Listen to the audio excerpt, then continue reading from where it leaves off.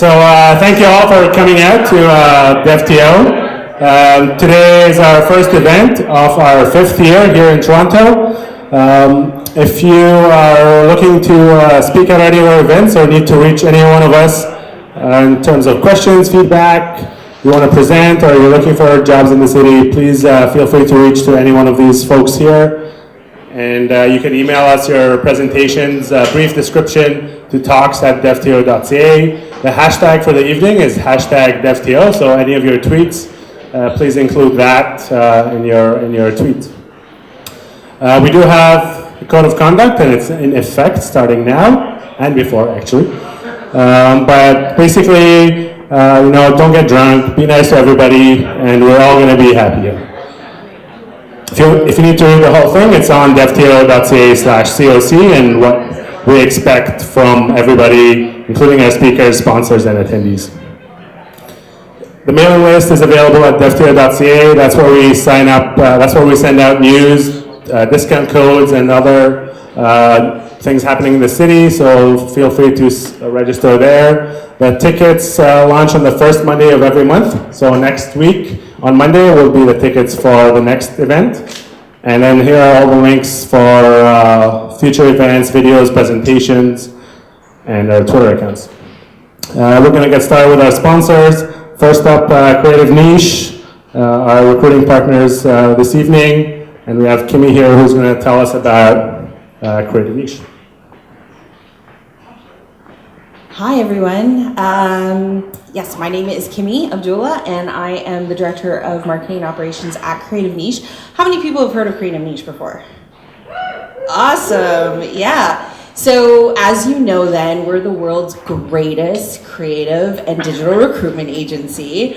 And we work with a lot of small, all the way up to giant global corporations, and we help them find the digital and design talent that they need. So if you're looking for somebody that you need to hire, then definitely consider us. Or if you're looking for an opportunity, you need to get out to where you are, then consider us. We're at creativeniche.com.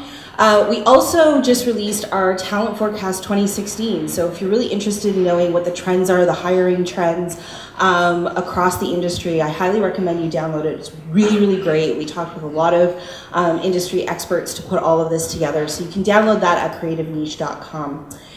And if I could just put my other hat on, I'm also part of the catering team that catered tonight's event, Patojo Food. Thank you. We are offering a special discount to DevTO community. We sell retail food, so if you hate cooking and you need something really quick, either for your lunches or your dinners, we're the place to come. So if you go to patojofood.com, you can check us out online. We will leave our cards tonight, so you know where to find us. Thanks. Next up, we've got Bodan from Breitling. Sorry, Bodan's not here. So, what?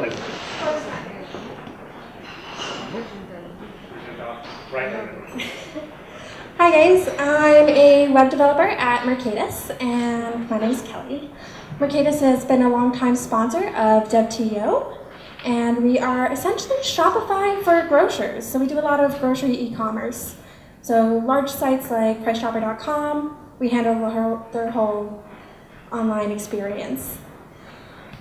So we are currently hiring for DevOps, full-stack LAMP developers, Ionic mobile developers, as well as QA automation engineers. We have a really awesome corporate culture, cupcakes, candy, beer Fridays, a lot of great things. If you're interested in hearing more about the culture or any of our roles, just come and talk to me after the meetup. Thanks. Next up, we got George from Top Hat. Thanks. Hi, everyone. I'm George from Top Hat, and by the name of the company, you probably don't really know what we do. Top Hat's in the business of disrupting post-secondary education. We've already started. We've made good inroads. We're used in almost every major university in North America, and we're out to basically kill the clicker. Does everyone know what a clicker is? Yeah, okay, well, we want to kill the clickers. And that's just getting started. We have a lot of other interesting things we're doing to disrupt education. And so I invite anyone who's interested in pretty much any aspect. We're hiring all through engineering, DevOps, full stack developers, mobile, and QA automation as well. And we also have other openings in sales and I think marketing. So if you're interested, give us a shout. Thanks. So DigitalOcean is where we host our website. So they just opened a data center in Toronto a few months ago. It's one of the few cloud providers I'm aware of that have a data center in Toronto, so check them out. Wealthsimple, or is there anybody from Wealthsimple here? So Wealthsimple is Canada's fastest growing online investment manager. We've got this deal for DevTO members. You will get your first $10,000 managed for free. So check that out at wealthsimple.com/DevTO if you're interested. And next up we'll have Flip. Thanks. I'm Dave. I'm the CTO and co-founder at Flip. We make it really easy for people to save money on their weekly shopping, bringing together all the flyer and coupon content into one easy-to-use app. We recently were added to the list of best workplaces in Canada for the third year. We also recently closed a Series C round of funding, about $60 million from General Atlantic. We're about 230 people located here in Toronto at the Bloor-Islington subway station, and we're looking to hire across the board in engineering, sales, marketing, operations. So if you have any questions, feel free to come talk to me afterwards, or Shwed is here as well. So without all these great sponsors, DevTO wouldn't be possible. As you know, this is a free event. So thank you to all sponsors for supporting us tonight and continuing to support us the past 5 years. Last but not least, actually, we've got Mustafa from Design Co-Founders, the host for this evening here. So Mustafa, if you can tell us a bit about what you guys do. Hello, everyone. Welcome to Design Co-Founders. First of all, if you haven't been here before, a little bit about us. So we're a user experience design agency. We work with startups and organizations to do UX, UI design, product strategy, and research. So I'll explain DC through the logo, the red square, the blue square, and the yellow square. So the red square represents the agency, and that's the studio in the back. The blue square represents education. So we have a classroom here that we use to offer courses in design thinking, user experience design, and interface design. You can find it at designcoffounders.com/education. They're great courses. If you have a startup or an organization that you want training for, let us know as well, so we provide training for companies too. The yellow square represents community. So we love hosting events here, just like this one. If you'd like to use the space in the future for your event, just get in touch with events at designcoffounders.com or just ask me. We're happy to open up our space. And plugging Design TO is on May 11th. So if you'd like the design version of DevTO, we're going to have a talk on the designer's journey. Really excited about it. It's our first Design TO in about 6 months, and we're going to have them on a monthly basis as well. So look out for it. You could find it on meetup.com/designto. Last but not least, as we're at a dev meetup, Design Co-Founders is growing. So we're looking to add a senior software developer for our team or a CTO for a product that we're building. It's called the Writing Project. It's an essay writing app for students. So if you're interested or know anybody that is, please get in touch with me and I'll be happy to let you know more. Welcome, and I hope you enjoy the event tonight. All right, so how many of you have heard about the DevTO 5K happening May 29th? How many of you plan to attend? All right, so for our 5th year, we planned, we're going to do these 5 special events this year. One of them is this DevTO 5K. We're going to gather as many developers as we can to go for a 5K run around downtown Toronto. So that's happening May 29th. That's a Sunday, 9:30 a.m. Should take between 15 minutes to an hour, depending on if you're running or walking. It's going to take me about an hour, but I'm going to be the last pacer at the back. So we're going to start off at Bright Lane, and we have a small route that we're going to announce later this month. But do check it out and sign up on Meetup. It's a $10 donation. And basically it's all going to Textdale, this organization in Toronto that helps youths in I guess minority communities in Toronto develop some tech skills and stay out of trouble. So, what? Is there a prize? There is a prize. It's a prize for participating, and there's no winner here. We're all winning, and we're going to give out one of these. We haven't decided yet, but it's a wearable Fitbit. You can't attend. You can still do the $10 donation, or if you have something else in mind, you can go to textdale.com and .ca and donate $1 million to the organization. As a shout out actually as well, Design Co-Founders is a corporate sponsor, so corporate sponsors are up to $300. And if you do donate as a corporate sponsor, your logo and organization will be featured through their work. On top of that, if you have any, I'm really passionate about them, they're great people. If you'd like to host workshops, if you'd like to host them at your organization or go out to Rexdale to work with them, they're really open to that as well. So reach out, get in touch, amazing cause. So sign up if you can, or if you can't, just do it. All right, so FSTOCO, yeah, 2016 is coming up. I was just making sure I said that right. James will give us a quick intro to what this conference is about. Hello. So if you're in front end, back end, DevOps, UX, project, product, we've got some awesome content coming up for you. 2 days full of awesome networking, content, fun, pretty much sums it all up. Use discount code DevTO and you'll save $75. It's October 17th to 18th this year at the Sheridan Center right downtown. We've also moved it to weekdays this year from all the user feedback, so we look forward to seeing all of you out there. And register soon because the prices will go up. Thank you, James. Okay, Toronto Tech Masters Slack channel is techmasters.chat. There's hundreds of people on there now, so check it out, and you can, between all these meetups that are happening throughout the month, you can kind of stay in touch with the rest of the community. And now to our main event of the evening, we're going to have our culture talks. So will our panelists come up to the stage, and we'll get started with the talks.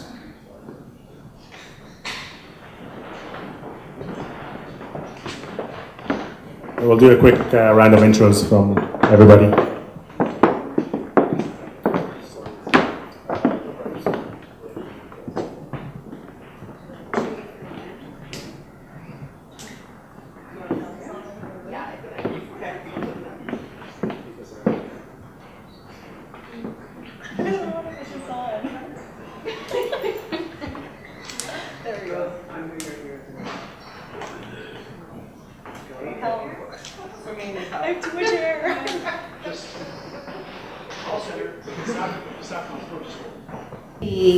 Thanks everyone for joining us. I just wanted to make a quick round of introductions to everybody on our panel today. To start off with, I'm Teresa Catherine. I'm the Director of Talent from Creative Niche.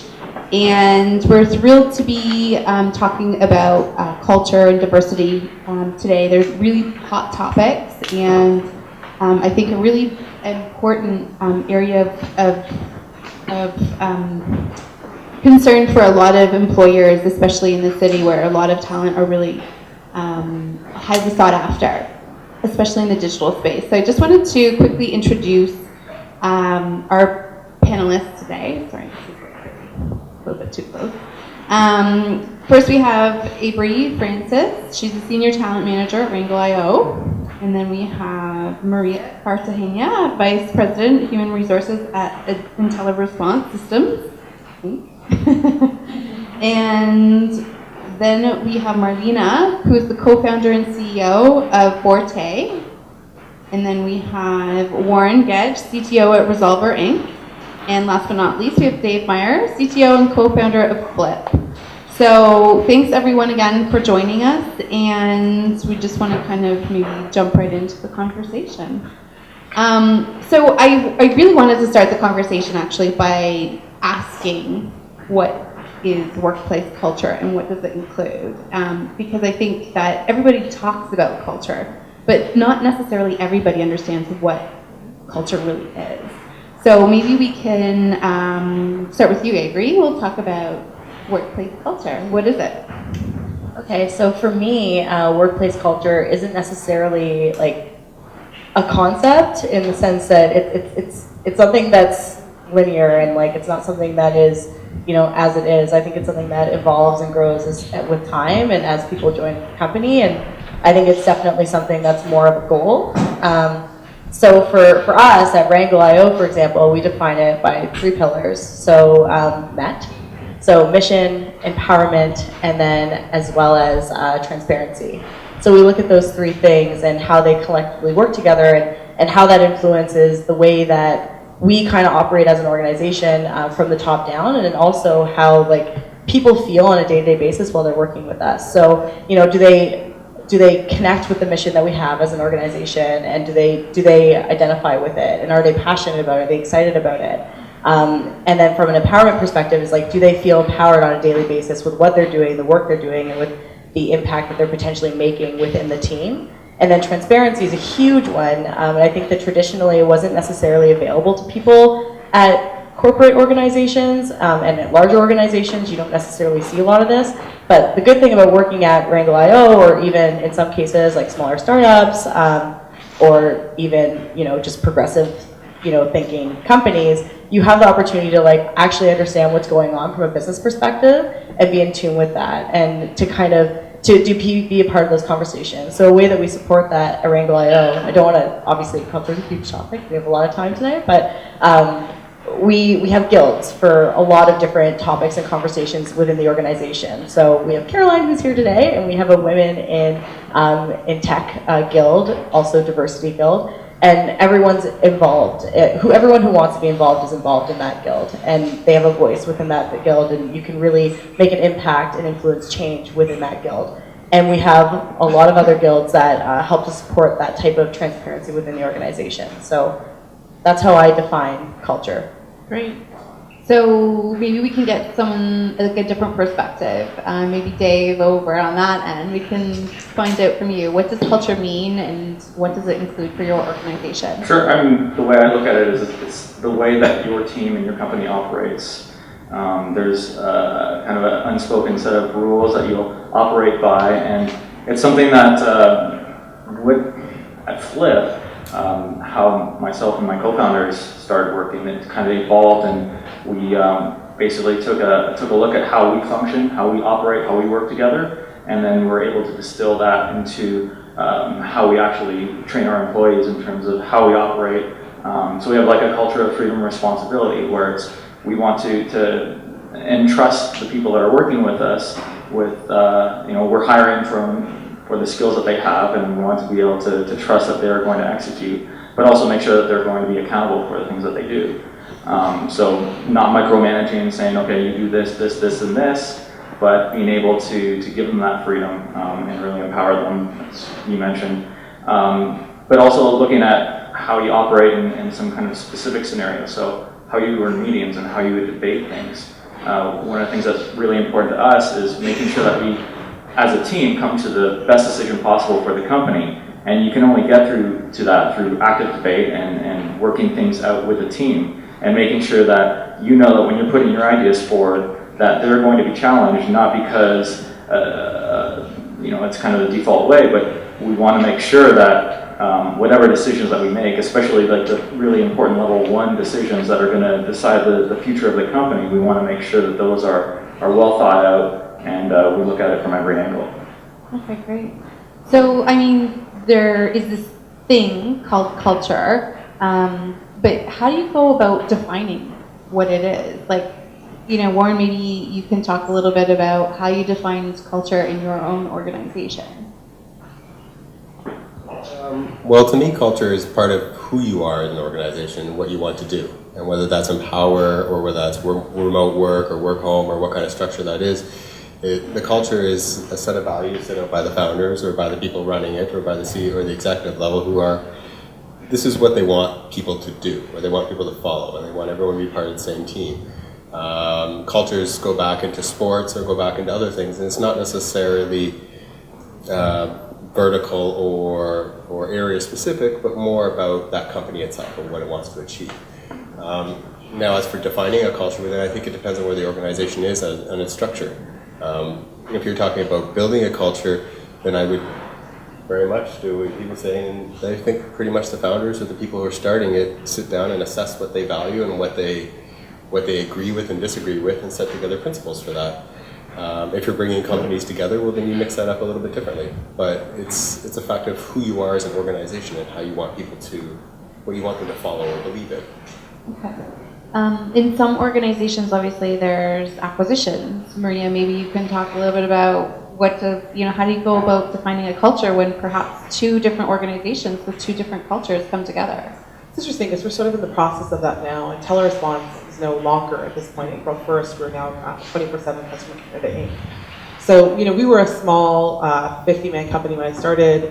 We're over 100 now. We were acquired about 18 months ago. So, actively went out looking to be acquired because we were looking for the right strategic partner at the time. The company that we've been acquired by, 24/7, is much larger. I mean, on one side of the business, there's tens of thousands of employees on the call center side, but on the actual technology and engineering side, where they're developing voice products very much like ours. Ours is a virtual agent product. They were about 1,300, so not so big that it's not manageable. But at the same time, they went through the same struggles that we did, right? So sort of understanding what those are. They went from being 0 employees to 500 overnight. Now they're 1,300. They're actively acquiring companies. So this is something we're still investigating. I wouldn't say that I have all the answers to it. What I do think, though, is that we've started to really look at what about our culture aligns. So what do we have in common? And sort of trying to protect and keep those things as they were important to the company. And where are we apart from each other? And then trying to figure out how we're going to, deal with those. Do we make a decision to have a multicultural system rather than one culture? Is that possible, really, when you have people in San Francisco, in Toronto, in India, Philippines, Guatemala, Nicaragua? It becomes different. What's important to those individuals and those employees in every region changes. So trying to find, again, overarching themes or behaviors, the way we decide things, the way we manage people, the way we communicate, all of those things, those overarching things we sort of built as foundational items, those are important across the globe. But every local office has its own sort of multi-subculture, if you will, that sort of works within the larger culture. And we're still working towards it now. I wouldn't say that we've perfected it. It's definitely a difficult thing, but I think that the sooner you can communicate and the sooner you make it a priority, and in fact, if you're involved in any due diligence at all, as I was for this company, that is probably one of the biggest things that you should look at from a due diligence perspective, is the cultural impact that you'll have when you actually do merge, acquire with other companies, what have you. Because if the cultures don't align, it will 100% hold up integration. And that holds up productivity, you lose a ton of talent, it's a huge distraction, colossal waste of time for everybody. And I think everyone in the room has probably been part of a bad one. So we all know what that means, but I think that's probably one of the most emerging things that are important from my perspective is around the due diligence piece, is seeing how aligned are we to begin with. So it's really important to kind of define what that culture is. And then, so I think one of the biggest questions is too, once you have that defined, how do you hire against cultural fit? So I think, Marlena, you have probably a lot of really intelligent insights there that you might want to share with the audience here tonight. Sure. So working?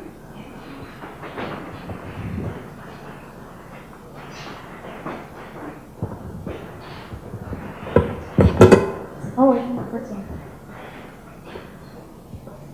Okay. Forte, we actually help companies assess culture fit by looking at the cultural archetypes of an organization. And those individuals help to create this unique cultural profile that then becomes the baseline. And at Forte, we have a cultural assessment that is focused on the values and beliefs of an organization, and therefore able to fixate on culture as opposed to an assessment of an individual, and that becomes embedded into the hiring process, and help to assess the candidates based on relative team fit.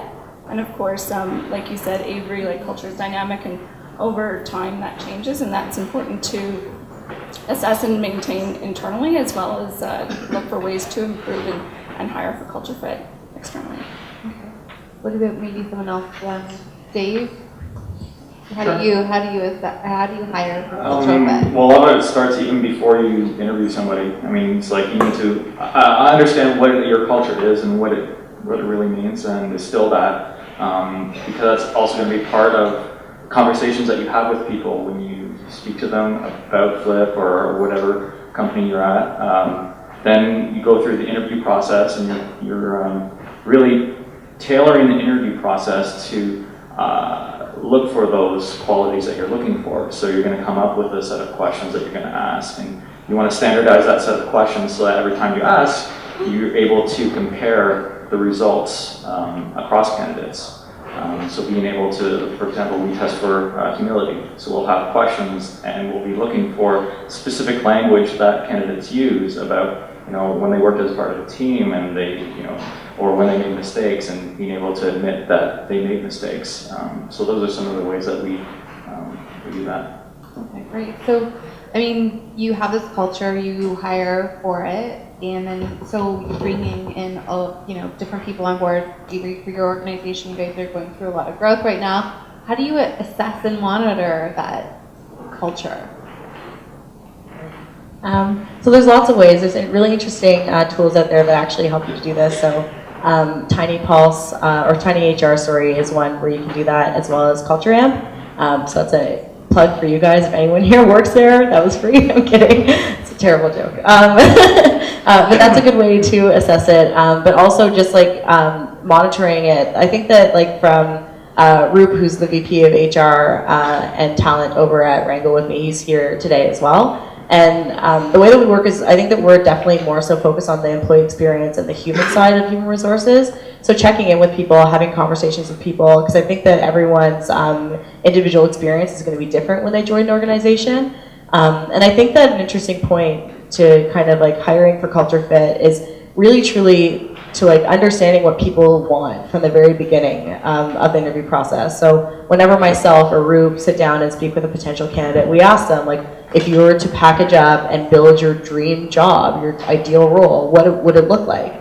I think that understanding those from the very beginning, and then also having a relationship that could go past the interview process, and an open door policy where people can feel comfortable with talking to you and monitoring and checking in, that's a good way to do it without the expensive tools like Culture Amp or a Tiny HR.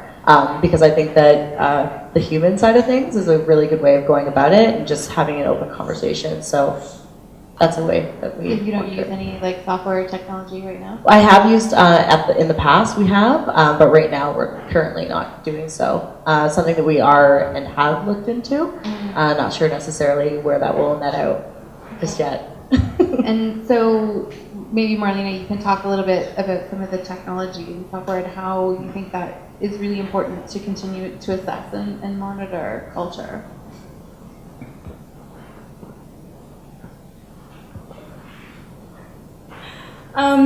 Definitely, culture is the main reason why people go to a company and want to work there, and it's also one of the top reasons why people leave. So it's the route to, I think, honestly, a company's success story.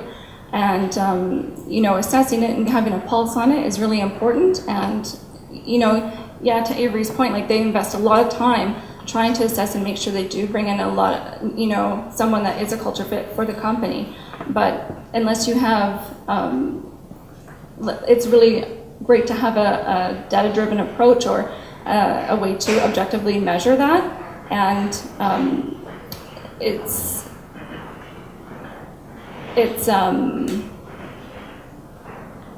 sorry, can you repeat the question? How do you assess and monitor culture, and do you use any technology? Well, yeah, that would be Forte and how we do it. I feel like I already answered that, but it's like the cultural survey, in that we look at the values and beliefs and try and define the ideal work environment for both the candidate and the employer, and match for relative team fit on that basis. So for our panelists, so if you're struggling to find talent with a specific skill set, how important does cultural fit come into play? For example, would you turn away a candidate if they weren't the right cultural fit, but they were really hard to find specialized skill set? We would. Yeah. And we have. Yeah. Yep. Yeah, 100%. Yep. What do you have to say, Warren? Warren, that's what they're saying.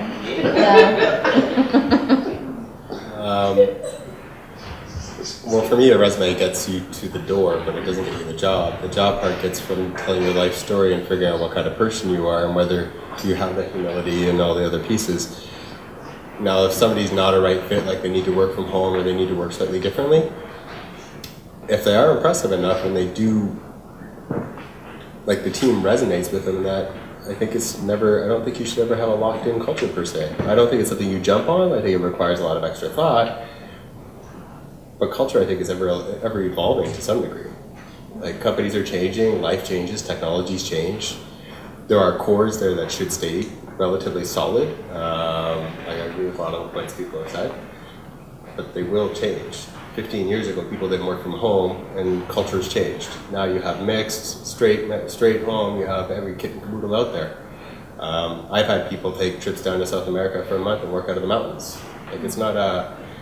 If the person works and they work with their team and they output, and you don't need to babysit. Like if they can fit the culture to a point where they can actually take those values, and you just need to adjust slightly, rigidity will kill you. I think I agree with everything. I agree with all those points, but I think that when I think about cultural fit, if I meet with someone, and I'm just going to be completely frank here, if they are rude or a bit of a jerk or a bit of a, like you can tell they're like a bit of a controversial type of character, then no, I don't think that it's okay to move forward with that type of individual, because I think that even if it is like a work from remote situation, and I'm not suggesting that this is what you were speaking about, but it really makes a strong impact, specifically within the type of team settings that we have. Like we have a lean, agile UX approach. Our team sizes are like 6 to 7 people tops. So if you have someone that has a bad attitude, for example, and this is something that you can usually pick up through the interview process, it makes a huge impact on the team, and that could potentially cause other people to leave. So I think that for every person that comes through that's brilliant, that isn't necessarily a strong cultural fit, there is someone out there that is equally as brilliant that is a cultural fit, and it's just a matter of waiting for that individual. I was going to add, I'm in agreement with that completely, because I think flexibility, like for me, culture is not really about rules, right? So the flexibility I agree with completely. I think if they're talented and they're good for culture and they're high performing, then obviously there's all kinds of flexibility that would be afforded to those kind of individuals. But when I first started with IntelliResponse, there was sort of a little, I mean, it's probably not the right thing to say from an HR perspective, but I don't care. I was like, I don't care if you are like top talent. I don't care how good you are on paper. I don't care how good you think you are at your job. If you're a pain in the ass, you don't get to stay. And it actually was something that I would say out loud, and people would start repeating it to follow every HR harassment policy rule, whatever out there. But it was something that was really important to us. There are people that are tolerated because of their talent, creativity, whatever. And it becomes like blood in the water. It spreads and it's pervasive through an organization, and then it becomes about managers having to defend why we make decisions to put up with bad behavior. And I think that is it's really hard to turn that ship around. The minute that starts at an organization, it's very hard to turn that around. So you have to sort of stick to it to some degree, and we've had people that we were iffy on, for sure, and we were like, we're not sure how they're gonna work. We could put them through all of our cultural interviews. We have a multi-interview approach, there's tons of people who are involved in our interviews. So we hope to get to know them very well by the time we make them an offer. But every once in a while, someone slips through, right? And we just make sure we exit those people fairly quickly. We try to talk to them in advance, obviously, to course correct in the event that they just don't understand. But if it's clear that they're just, again, not collaborative, not really open to feedback, not, has a high ego versus talent ratio, like that kind of thing, then we start to exit them fairly quickly, because it's blood in the water, as far as I'm concerned. Dave, you have something Yeah, so dying to say we over there? have about 6 core traits, and we would not compromise on any of those. We found that anytime we've done that in the past, it hasn't worked out, so we would just not compromise on that. Excellent. So, another question is, what about for freelance? So you have freelancers, contractors. How do they fit into the mix of the whole cultural conversation? Do you hire a lot of contractors or freelancers? We do not hire a lot of contractors, Does anyone freelancers. understand? Sometimes we'll do it for like writing, things like that, where it's not something that we want skill that we want to develop in-house, or it might be some specific thing that we want to do, but we very rarely will deal with freelancers, consultants. I've hired for a lot of, not at Wrangle, we actually only hire full-time employees, but my last role we did, I think half of the hiring was 50-50 split between full-time and contract. And I'd say that the same emphasis was put on from a cultural fit. Because let's just say you have this project for a client, and at Razorfish it was large clients, big, large-scale enterprise type solutions, and you have a team of like 25 people working together, you bring in this contractor to potentially work on a pitch, and the contractor is not necessarily getting along with the creative director, or doesn't get along with, and I'm having someone nod to me because we work together, so it can really shake up a project, especially when it's short term. At least when someone's long term or full time within an organization, you potentially have the opportunity to coach them and to work through the problem and to talk to them about it. But when you hire contractors, probably because you need something done immediately, and obviously you know this from your background, it can, like blood in the water, it's just a terrible type of experience. I've been lucky enough to not really experience that fully, but the one time I hired someone that wasn't necessarily a strong cultural fit, and this is the one person that was the one person in the whole time my last role that was let go. It was when I had a gut feeling that this person was not the right cultural fit. So I just don't take chances. So gut instinct goes to is a big part of it. Well, not necessarily gut instinct. Like I asked specific questions that led me to believe that they weren't the right cultural fit. But we moved forward anyways because they're extremely talented. Okay. Okay, so we talked a little bit about culture. I want to talk a little bit about diversity as well. So, what are some strategies you implement to integrate diversity and ensuring quality in your corporate culture? Warren, do you have any thoughts on that too? Myself, I don't discriminate. Good. Well, no, I grew up with a single mother, worked 3 jobs. When I lived in California, our DevOps team was all transvestite, and they dressed up any way they wanted. I've worked in... Closer? Ah, thank you. But I've worked off over pretty much anything under the sun. I've had people that are vertically challenged, men, women, old, new. And I think if you have an open mind, you can give people a chance, and then as long as it never enters into the equation, you don't really have that problem. It's the best person for the job. I think when you start to think about what that fit is in that respect, in that area, I think then you start to cloud and you can actually pass up good talent and you can actually pass up good fits. So I just don't... So you don't discriminate against it. How do you make sure that it's inclusive? You put it out to everywhere? I think it's sort of tough, I think, because most of us are working for, especially in the tech industry, is the fortune and benefit of working for this industry anywhere in digital is that we're, I say by and large, more forward-thinking companies than any of the companies that are out there. So I don't feel the need to have like a quota or to look for certain things, or like I don't have to have rules around diversity or how to be inclusive. We're certainly aware, and so if we hire anyone that may or may not have some inclusivity issues, we try to sort of make sure that they understand this is super open. We want to hear from you if there's any concerns, that kind of thing. But we've not developed any rules around it because it hasn't been an issue. We've never once thought to not be inclusive. We don't know how to be otherwise. I think if you set the right culture, less of those rules are required. But what about in like in industry like technology, where even gender equality is a very big hot topic? Yeah, we have like 50%, yeah, 50-50. Yeah, I mean even on the management team until recently, I would say we have 50-50. Even on our engineering team, I'm proud to say that we have 50-50. And it sort of happened organically. It wasn't, again, this sort of a concerted effort to, sort of make sure we had a certain mix of people, although I think it's important that you do.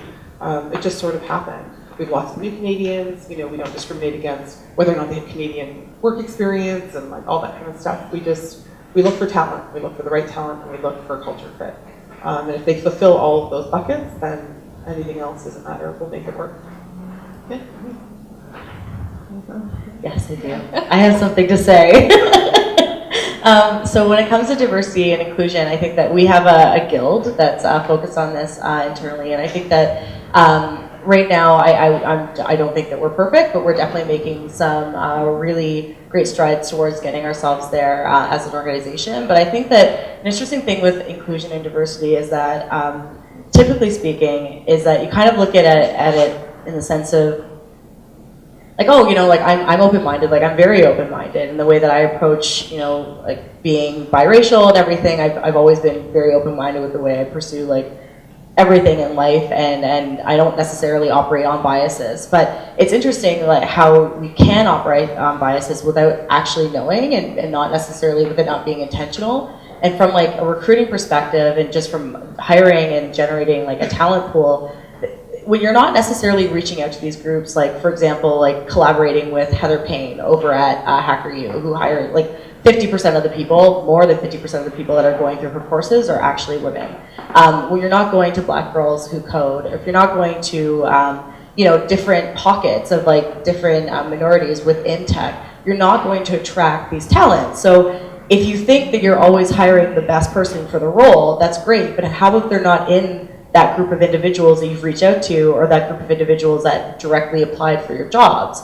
So it's interesting if you look at some of your job postings, and I would challenge people that work in recruiting or that are hiring managers to look at your job postings and see the people that are applying, and look at what the split is. How many women applied, how many men applied? Obviously going down to race is going to be a little bit difficult based on names, but you can go into LinkedIn and try to sort it out that way. But I think that from like a recruiting perspective, like Wrangle.io tries to partner with different organizations and different initiatives to try to make that happen. So we can actually have an inclusive pool of talent that are available to us from a recruiting and hiring perspective, opposed to just kind of looking down, like narrow. Like, I don't know how to, I hope that's clear for everyone. Make sure that your job is absolutely, being yeah, put out to all sorts of different totally demographics. Yeah, and like for now, like recently when I go and I'm sourcing for talent to join our team, if I reach out to 20 men, I ensure that I reach out to 20 women. And it's funny, like the results actually been really awesome. We have the exact amount of female developers as we do male developers in our pipeline right now that are currently interviewing with Wrangle.io, which is much different than when I initially started. So I think that when you're inclusive that way, and you're thinking about diversity when you're hiring and when you're recruiting and when you're having conversations, then that's when you can actually honestly say that you've hired the best candidate, because you're being inclusive to all those different groups. Right. And what about for in-demand talent? Where do they go in order to kind of find out about a company's true culture, about their hiring practices for diversity, about, you know, what do you think the best source for the candidate market to find out the real deal? So I always compare recruiting and applying for jobs to dating. So it always goes both back ways. So if you're dating a guy and you initially, or a lady, or anyone for that matter, you're dating someone and you're thinking about whether this could be a good match for you, I think that this kind of goes back to culture as well. But diversity in the sense of like when you're dating them, like the dates are always great at the beginning. They're fancy, they're nice, you're going out, and then 3 weeks later, the guy's like, come over, I'm gonna make you dinner. And then you're like, great. Things kind of like slowly go downhill after that. So for culture, like I think at diversity, I think that the important, I'm making this funny, but it's really serious in the sense that like if I were a candidate and I was looking at what the diversity of a company looked like, I would definitely go to their website. I would go to, there's a site called Muse, which some organizations are on, which is really useful to check that out. But on top of that, like ask to actually go there and hang out with their team. Like at Wrangle.io, every week on Friday, we get together for drinks. Every week we have someone that's potential talent coming in and having drinks with us and hanging out with us. Last week, singing karaoke with us. Like these things happen. This is an opportunity for them to really see the culture, see what it's like, see how diverse the team is. Because at the end of the day, if you have the best mission, the best product, the best work environment, and all the cupcakes and all the fun stuff in the world, like if you don't see yourself and identify with yourself within their organization, generally speaking, you won't be interested in working there. So if you go and you're a female developer and you see a team of 60 developers, probably not going to want to work there. And that's been statistically proven. So I don't know the source for that, though. I actually think it's interesting. I really love the candidates who go to their way to do some research and prospect in. And I mean, so certain groups are better than others doing this. Like my marketing and sales folks don't feel any differently about prospecting in. They'll find someone on LinkedIn, they'll try to make a connection, they'll get someone on a phone, they'll try to have a coffee, meet or somebody that is not maybe the HR person or the hiring manager or whatever, to sort of learn more about the company, or they'll find who am I connected with that knows someone there. I think it's important. I would say the engineering side of the house, that activity happens less. And I'm not sure why that is, other than I would encourage you to do it, because I think more companies than not, just as you had said, are willing to provide that time. We sort of know how hard it is to find good talent. We want people to be attracted to the company. I'm happy to provide all kinds of resources, come hang out, do whatever. But I find on the engineering side that's less, I find it happens less, at least with our company. On the sales and marketing side, we have tons of people who will do it. They'll feel no way about calling up the company, getting in touch with somebody, and finding a way. They'll even they'll prospect into the president and he'll meet with them. If he's in town, he'll get together for coffee or do whatever. We sort of, as a management team, have all agreed that we should always be looking, regardless of whether or not you have roles in place, or available. You should always be looking for good people. So we sort of have a culture of doing that already, but I would say, I will admit that on the engineering side, it doesn't happen as much. And I think if I can encourage all of you in the room to do that more, you'd be surprised at the reactions you would get from the companies.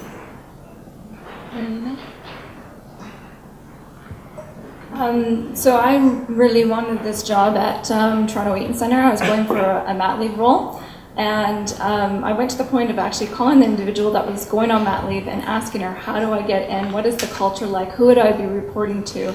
And it was the main reason why I got that job, is because I showed the initiative, I showed the care, and I felt like it was a good fit at the time for me. And so as like I said, just in your interview process, if you haven't reached out to the individuals or met them at a meetup or gone on LinkedIn to try and connect with people to double check the culture, ask at the very end of your interview experience, say, hey, can I meet a couple people on the team just to have a quick chat with them? And it goes a long way, on both sides. It does you a good job, or it benefits you to see if you're a good fit, and as well, internally, it looks good on the individual. Yeah, and I checked out the news, and there's obviously Glassdoor, but the reality is Glassdoor is going the way of Yelp, right? So as an HR person, I can call up Glassdoor and help them take stuff down. That's the reality. If I think it's really inappropriate or unfair or it mentions names or does whatever, I can call them up and I can pressure them to take it down. I haven't had to do it, thankfully, because I work for a great company, but I know lots of HR people who do. So, I would be cautious of what you read, for sure. The news, they contacted me recently to do an interview and a profile on the company, so I'm not sure how much that is employee-driven versus marketing from the company itself, right? My personal opinion is personal contact. Make an effort. You've got LinkedIn, you can find people there easily. So just make the contact, reach out to people and see. Yeah, build your own opinion on the company. I think that speaking to Glassdoor, it's just, what I found is you have employees that are really happy currently working there that have shared their insights, or sometimes disgruntled employees that have left. And I think that everyone's experience is really unique to them. And I think that it's important just to kind of go in and it's similar to dating. Just go in and if there was a rating system on Tinder, would you trust the rating system? I don't know. I'd be more open to kind of just trying to sort it out on my own. I know there's a lot of people that use Tinder in here, so you can laugh all you want. I've seen your faces. I'm just kidding. Sorry? Alrighty. Okay. So, let's keep this on track. Let's talk. We love you. Okay, so culture. Does it affect the bottom line? Anyone want to take that one? Yeah. I would say most definitely. I think it may not be apparent initially, but if you're really cautious, we actually made a concerted effort. We sort of had a culture that was already going, but I think culture sort of happens whether you try for it or not. So we made an effort to sort of reinforce the parts of culture that were really important to us, especially being a small startup. We were a small startup that didn't have VC backing. So that was a big part of who we were. We were self-funded. Really, there's a lot of pride that came in being self-funded. You know, kill what you eat. If we don't have customers, we don't keep them happy, then we don't have the funds to do everything else that we need to do. So there's a lot of things that came from that entrepreneurialism and, you know, being opportunistic and, you know, really not taking any of our customers for granted and all of those things that sort of was built into our culture that were really important to us. We went further on that. We started, you know, recruiting on that way, and then we started onboarding that way. We even have a culture section on our performance evaluation process. And it's worth like 20% of your final whatever rating that would impact your comp. And our compensation program is super transparent. We talk about it all the time. We present it at every meeting. So we could sort of align people to how that was. And 20% means it could bring you up or down, right? It'll ding you. If you weren't an active contributor to culture, it would ding you. So the idea was that we would create skin in the game. If there's no skin in the game, then if it doesn't matter to you, then, you know, ideally it should matter to you without the comp. But initially, I think we needed some encouragement to provide some reinforcements to it. So when it came to the bottom line, those things were seen, you know, not being VC backed, not having money that didn't exist, right? Very cost-conscious organization. We taught people, depending on where they are in their career, they may or may not understand what CMRR is, right? Like continuing monthly recurring revenue. They may not understand what net impact means, you know, net income and all those kind of things, or how they could. So we went through a series of meetings where we actually taught people what those things meant. So our net income number this year, we were facing the ugliest targets we'd ever had. It was 100% growth this year. We didn't think, like, how are we gonna make that? That's crazy. We didn't think we'd make it, being such a small company. But our net income number was just confirmed last week at 214%. People understanding that every decision they made every day saved the company money in some way, and that ultimately paid back in their bonus, right? They understood exactly how that was calculated. You know, having the kind of commitment towards continued monthly recurring revenue, people were all hands on deck to support customers, to make sure we couldn't afford to lose a customer. And so, you know, really being dedicated to that had an impact for sure. Our culture alone helped us drive a 50% referral, like retention referral process. So, you know, I didn't have to use a lot of external recruitment sources to be able to spend exorbitant amounts of money trying to recruit these individuals. And so that helped save money as well. There was different ways that culture, I think, drove those things. Knowing that our sales target was 100% growth, I can't tell you how impressive, like the team, everybody, regardless who you were, including me in HR, I sat on procurement calls with customers to make sure that our contracts were renewed. So understanding that sales was the lifeline of our business, and if we all weren't all hands on deck to help close deals, then we couldn't do the fun stuff, right? We couldn't have beer o'clock Fridays, and we couldn't have karaoke nights, and we couldn't have all of those things if we didn't have that sales coming in. So I think it has a huge impact, for sure. But I think it's in the communication. If you're not clear on what those numbers are, what they mean, and you don't consistently report back on how we're doing against those numbers, then it'll get lost in the wash, for sure. Warren, what about you? How does culture impact your bottom line? Something that everybody aligns around within an organization. So having them aligned essentially allows them to move forward on the same virtues and on the same attributes. It will allow you to overtake the profit margins. Other than that, I agree with most of what she said. Marlena, do you have anything to add to that? So, Turned it off. Okay. Just that, I guess, culture really drives engagement, employee engagement, and the reason why they're able to say this is obviously the numbers, follow the numbers, and it does impact it. But employee engagement has a direct impact on the rest of the organization. So from productivity, employee retention, and all the way to the end of profits. And we did a demo over the weekend with a CTO in Silicon Valley, and she summed it up in all of her intros. She was amazing, and she said, "Culture eats everything, as you know," and that resonated, and that's what she was essentially saying. And that's what we're trying to help companies do, is put a culture-first approach to their whole business model, starting with hiring and then moving on to the rest of the organization. Great. So culture affects the bottom line. It really impacts everyone's, daily sort of day-to-day sort of interactions and experiences. Maybe you guys can share with the audience a little bit about what you love about your own company culture. Dave, want to share with everyone? I think it's really just about making sure that everybody is moving in the same direction. I think if you're of one mind everybody's moving towards the same goal, it's really great to feel that momentum. It's like being in a dragon boat race in a boat with a bunch of people, and everybody's paddling in unison in the same direction, and everybody's there to support one another. Because there's going to be set times when you have setbacks, and you want to make sure that you got your team there to help pick you back up and keep going.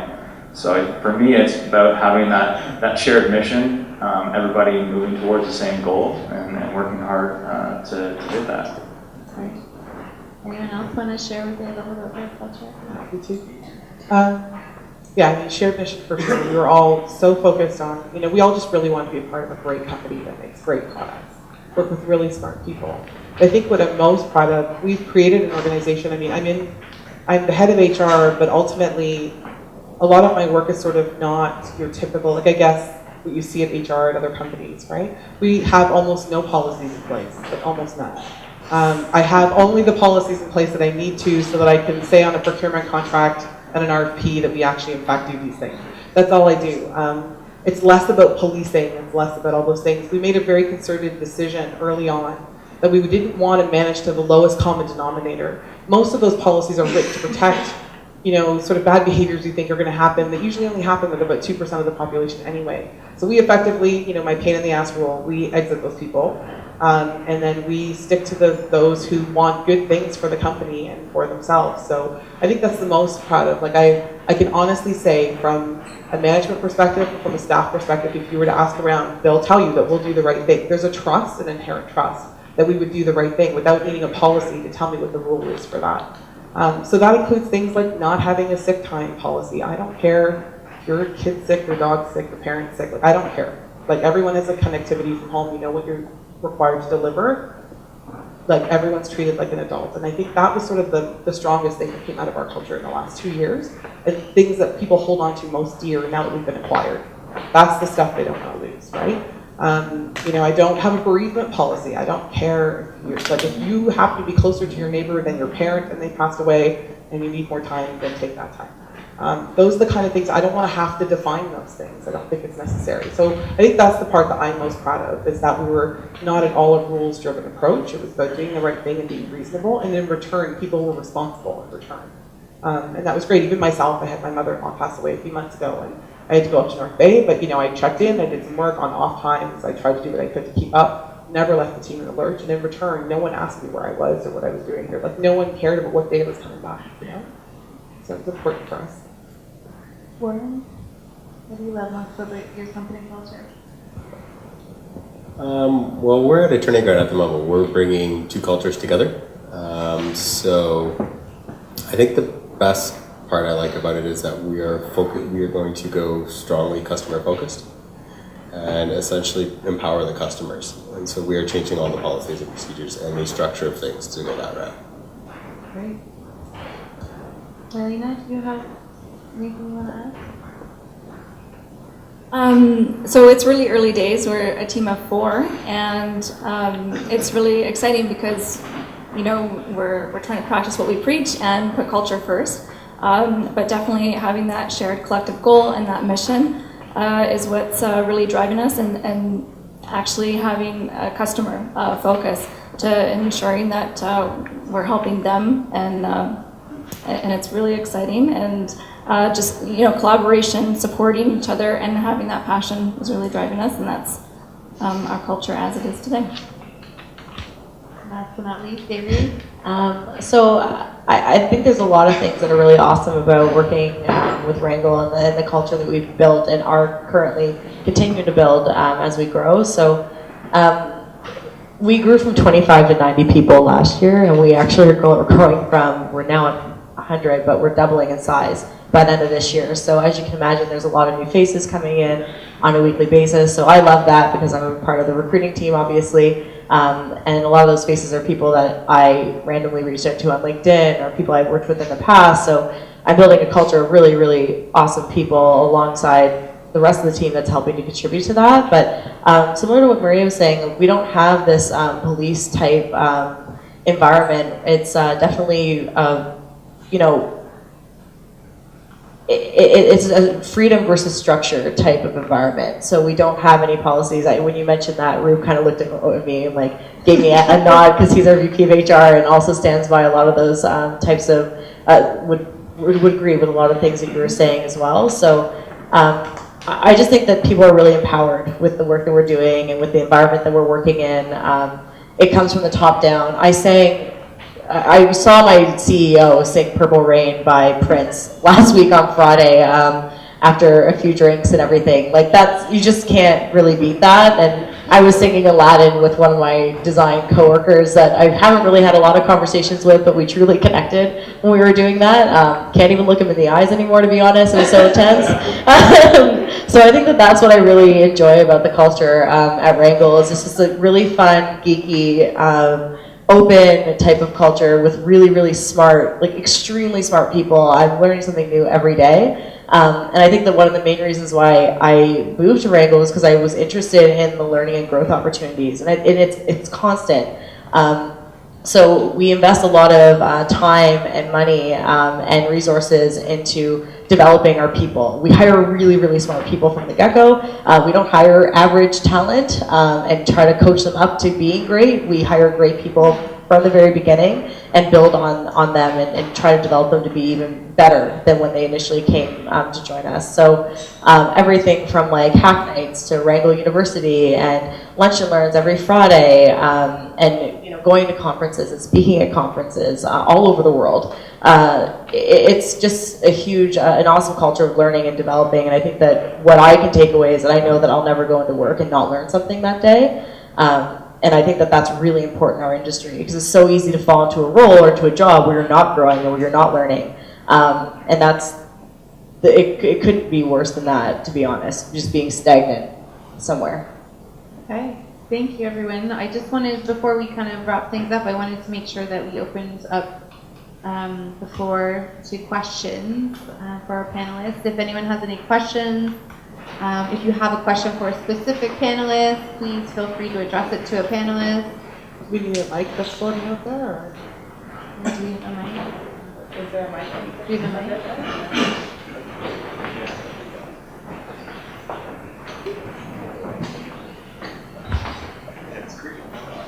Question's not really great to keep this on. Question of the day. Thanks. This question's not really for any of you in particular, but I'm just curious about the process that any of you would have gone through to kind of initially define what your culture would be.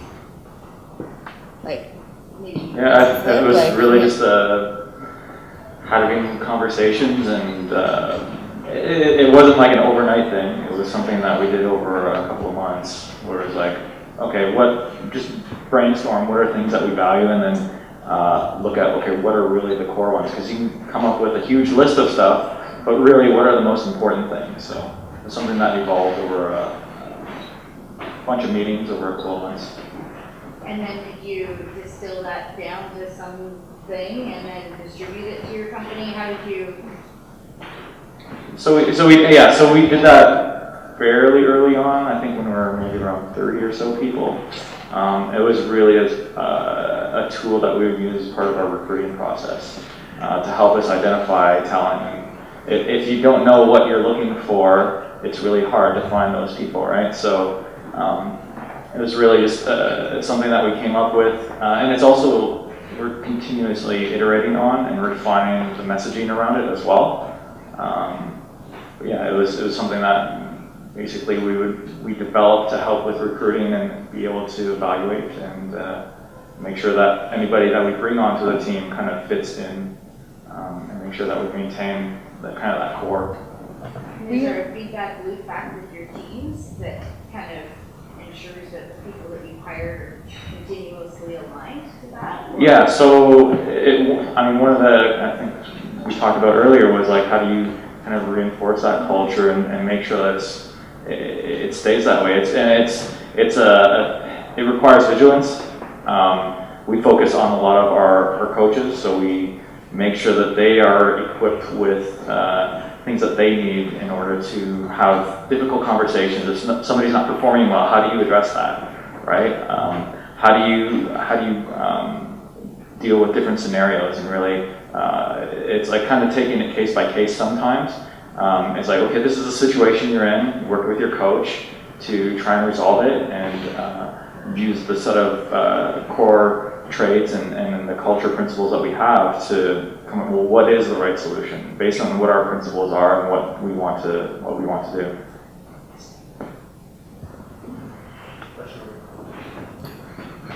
You've been talking about culture and diversity, but one thing I sometimes hear is that culture can be used as a way to block diversity. So if your culture is young and male and white, that can be a barrier to someone who's not. It probably doesn't apply, hopefully, to your companies, but is there anything you could say to that? It's so funny because we don't have this issue at our company, but we became very aware of it recently, only in that our postings, I think, use language that at times may make people believe that we only looked at people who were young. Sometimes tech companies tend to describe themselves as being sort of young, dynamic. There are certain words that go with that make it sound like we would only look at a certain age group. And in fact, it's not true. And our numbers from a diversity perspective, because I did track it at one point because I actually worried that was I doing this somehow. So we actually took some of that language out and we included people in the company to help us make sure that we were wording postings in a way that weren't somehow, without intent, creating a bias in some way. But we did go through that. But like I said, our numbers, thankfully, so before it became a problem, we sort of addressed it. Thankfully, we have great numbers in terms of diversity, but it was a concern at one point, probably about 6 months ago, where we really sort of noticed it in the postings where it said young like several times. And we were like, that's not at all what we intended. Let's take that out and find another way to describe ourselves, because the truth is the average age has changed over the years. The company's been around 12 or 13 years. It went from being 22 to being 43 average age to being 30 something, and now it's sort of back up again depending on where the company's at hiring. Yeah.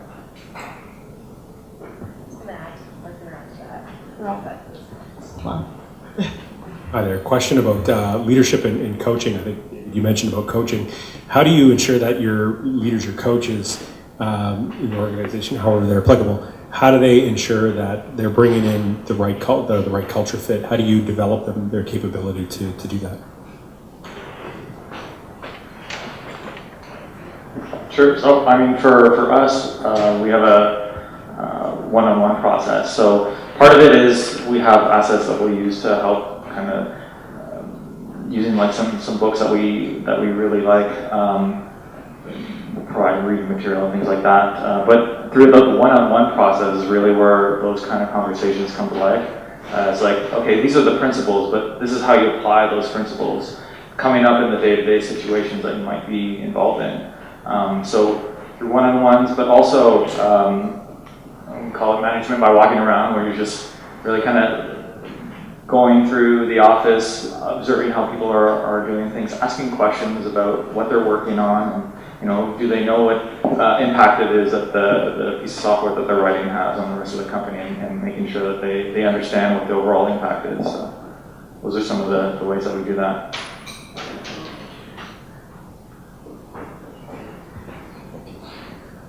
A question for the CTO from Flip. You mentioned that you have 6 criteria that you hire with, and maybe if you can share that with us, and if anybody else would like to add on to that, that'd be great. Yeah, sure. So the first one I already talked about is humility. So we want to make sure that people aren't arrogant, that they can take feedback well, that they know that they don't know everything and that there's more to learn. Second thing we look for is hunger, that they're looking to grow, that they want to continuously improve themselves. Third thing would be intelligence, that they have to have an innate ability to think through and reason through things. And the fourth one would be other-centeredness, so making sure that they're not just only thinking about themselves, but how they approach mentoring other people and training other people on the team and helping build up the team. Fifth one would be team first, so prioritizing the team's objectives and the team's outcomes over their own personal outcomes. And then the last one is having an entrepreneurial spirit, so a bias to action, not settling for the status quo and always trying to look at improving things.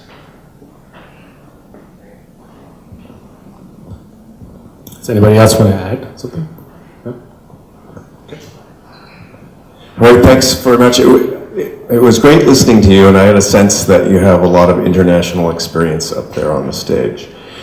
And I was wondering, we're arguably in the most ethnic diverse city in the world, and I'm really curious if anyone has a quick story about something that really stood out about a particular hire. You're hiring people from this great diverse background in Toronto. There must be some amazing positive stories behind that. So we've actively hired like several new Canadians in the office. And it's been it's been a great experience, I think, for the entire team, because the excitement that comes from only having been in the country for so long, and doing things that they're the joiners. They join everything. So they're like, let's go walk to the CN Tower. Okay, because I haven't seen it yet. Or I'm like, let's go do this. Or they're the joiners for everything, which is amazing, which we love. But some of the stories that came out of that was really important to me. This idea of sort of humility and doing, what it takes, I think, to sort of be successful. One of the gentlemen that we hired in as a business analyst actually came from India, and he actively was working at Tim Hortons here with all of his engineering background and skills. He was working at Tim Hortons. As much as I love our country and I love our city, I do think that we often make it very difficult for new Canadians to find work that's in their field. So, he was working at Tim Hortons, and he had told us that, and he was about to take, I think, a second job at The Source or something. And he was like, didn't want to tell his family back home because he didn't want them to be disappointed in sort of his experience or be concerned about him not working in his field and the sort of struggle that he was going through at the time. But for us, what resonated was you are willing to do whatever it takes to get your family integrated, settled. There was no ego about it in any way. And that was important for us. Like, you're someone who's going to work really hard, super appreciative of being given an opportunity to work in his field, and probably one of the most engaged, like the smile every day, right? Like, so happy to be at work every day because he's working within his field. But for us, the important message was he was prepared to do anything, and that mattered to us. That sort of level of humility and like really being about doing whatever it took to sort of make it and move forward and taking it step by step was really important for us. And that's ultimately why we hired him over the other candidates. From a diversity perspective, that is actually a really young person that works with an organization. So that's not necessarily related to ethnicity, but he celebrated his 19th birthday with us probably about a month and a half ago. He's extremely smart, really brilliant, but I think that kind of speaks to the type of culture we have. Really, really talented people that work with us, and I think that for us, we don't really care if you have an engineering background from an educational perspective, but if you're a really, really brilliant engineer, then we'll hire you. And the same thing goes from a product design perspective. So I think that what I wanted to mention about him is just like, yeah, he was 18 years old. Well, he was working with us for, I think, a year and a half now? He started when he was 17. So that's pretty cool. And he celebrated his 19th birthday with us. So that just kind of goes to show, and he has a very interesting background and story that it's obviously his story to tell, but regardless, I think that the diversity from an age perspective, because we're lucky to live in a city, a lot of the companies in Silicon Valley are dealing with this whole diversity in tech, and how do we recruit, because it's a very homogenous type of environment there, whereas we're really lucky to work in Toronto, whereas like if you look around the room now, it's extremely diverse within our industry. So we're lucky, we don't really necessarily run into as much of those issues. But from an age perspective, we do have people that are like older and the people that are younger, and I think that this 17-year-old, high school dropout that's a brilliant engineer is like a really, really cool story. Hello.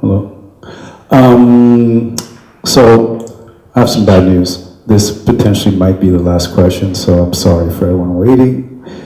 But with respect to Rango's Little Friday Night event, it's actually true. I was there. I had a good time.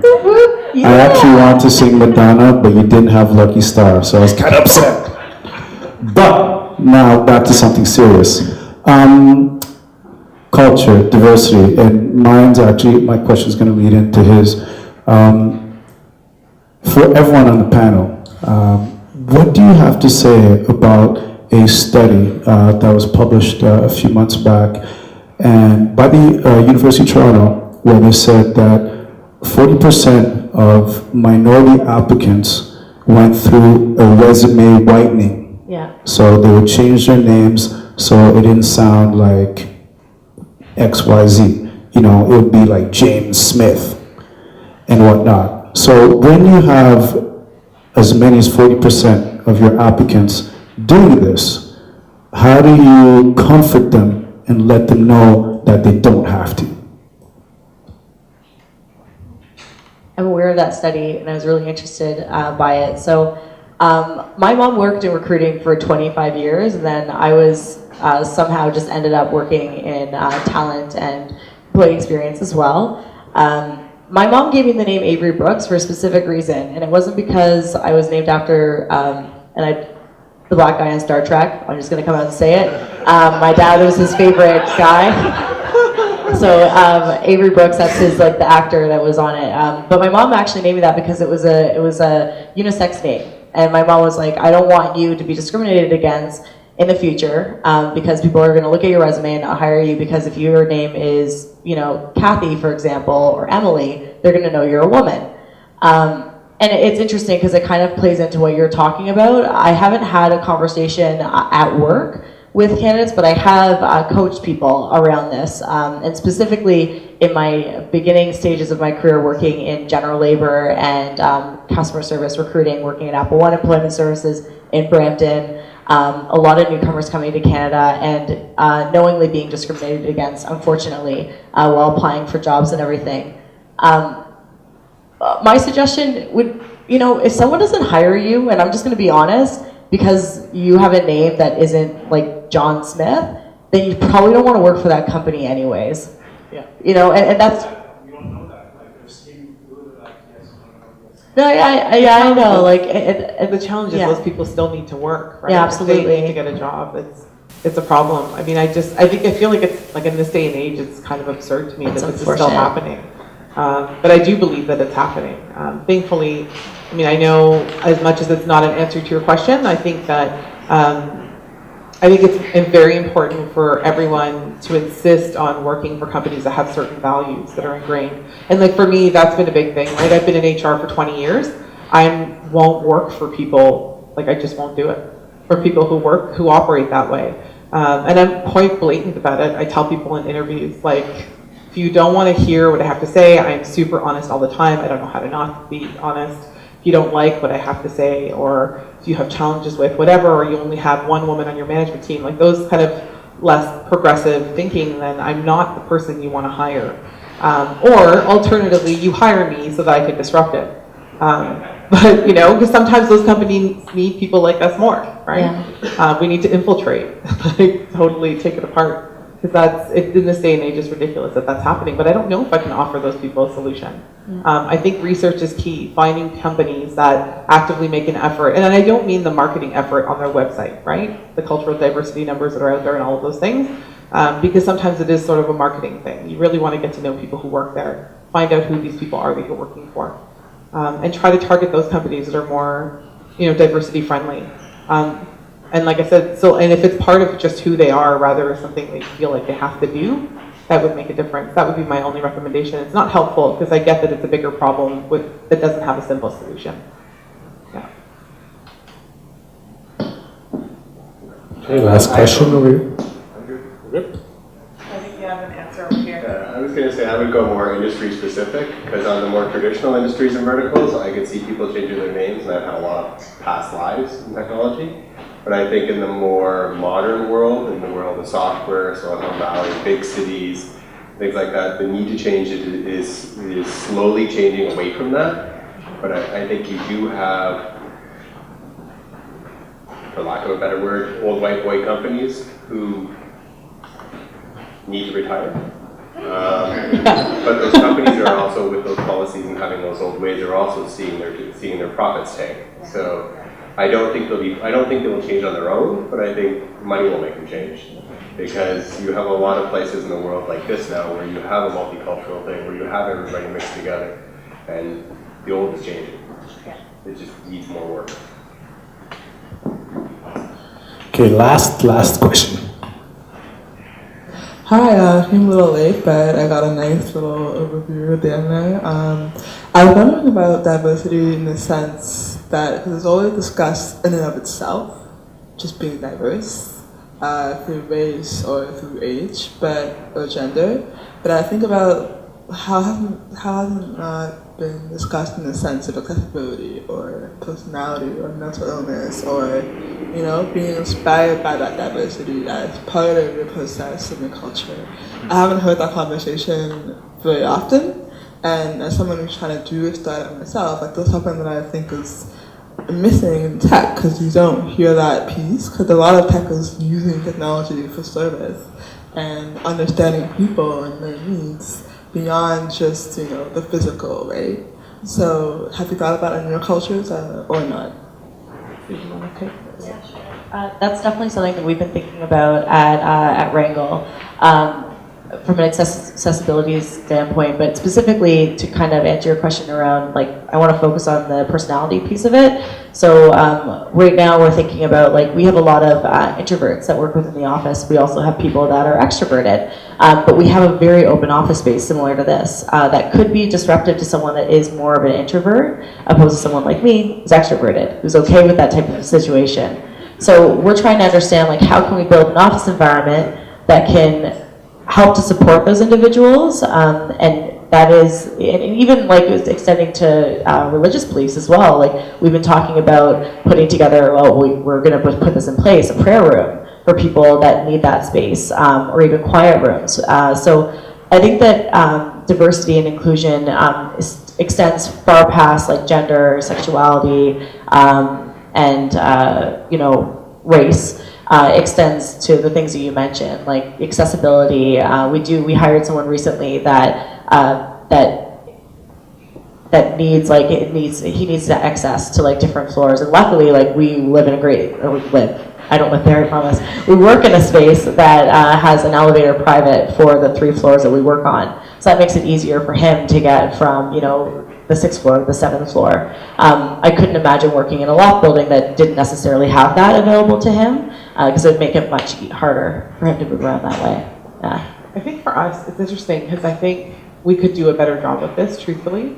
Part of our product has, the original product was a virtual agent product. So there's an admin console. You build criteria within the behind the scenes of the admin console. And then what you actually see on the customer's website, if you go to any of the big banks or any of the hydro companies or anything like that, there is a question box where you can answer questions, and then they would respond back with questions, so you wouldn't have to call a customer service line, for instance, it would basically initially replace most of your FAQs. Now it's far more complex than that. It actually is more omni-channel in terms of conversation.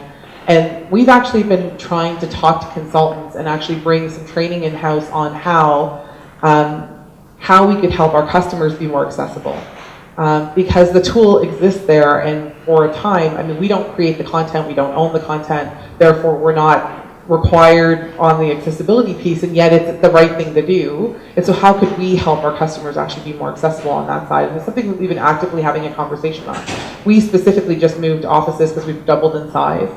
It was top of the list along with all of sort of eco improvements, having an office environment that was less of a carbon footprint, but also had accessibility in mind and already built into the building. And they're not waiting for 2025 when they're required to do it by law, right? They've already got this stuff built into the building. That was top of our list, so we made those steps. But I think from a product perspective, how we would be able to support an employee who had visual impairments, for instance, to be able to work within the admin console is a question mark.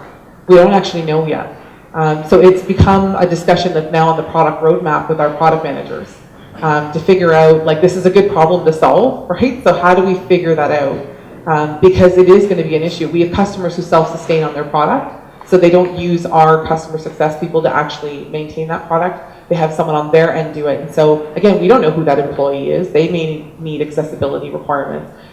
So we need to figure out how to do that. So we've at least at a minimum started the conversation and started looking at consultants to help us figure this out. There's certainly been lots of training internally, and now we've got it on the product roadmap, which is a huge win, because I don't know, it's a lot of work, right? It's a lot of work and it's a big problem to fix. So the fact that there's that investment, I think, is going in the right direction for now. right. Well, thank you for those great questions. Thank you to our panelists for sharing their insights and expertise this evening. Just wanted to ask everyone to give them a big round of applause.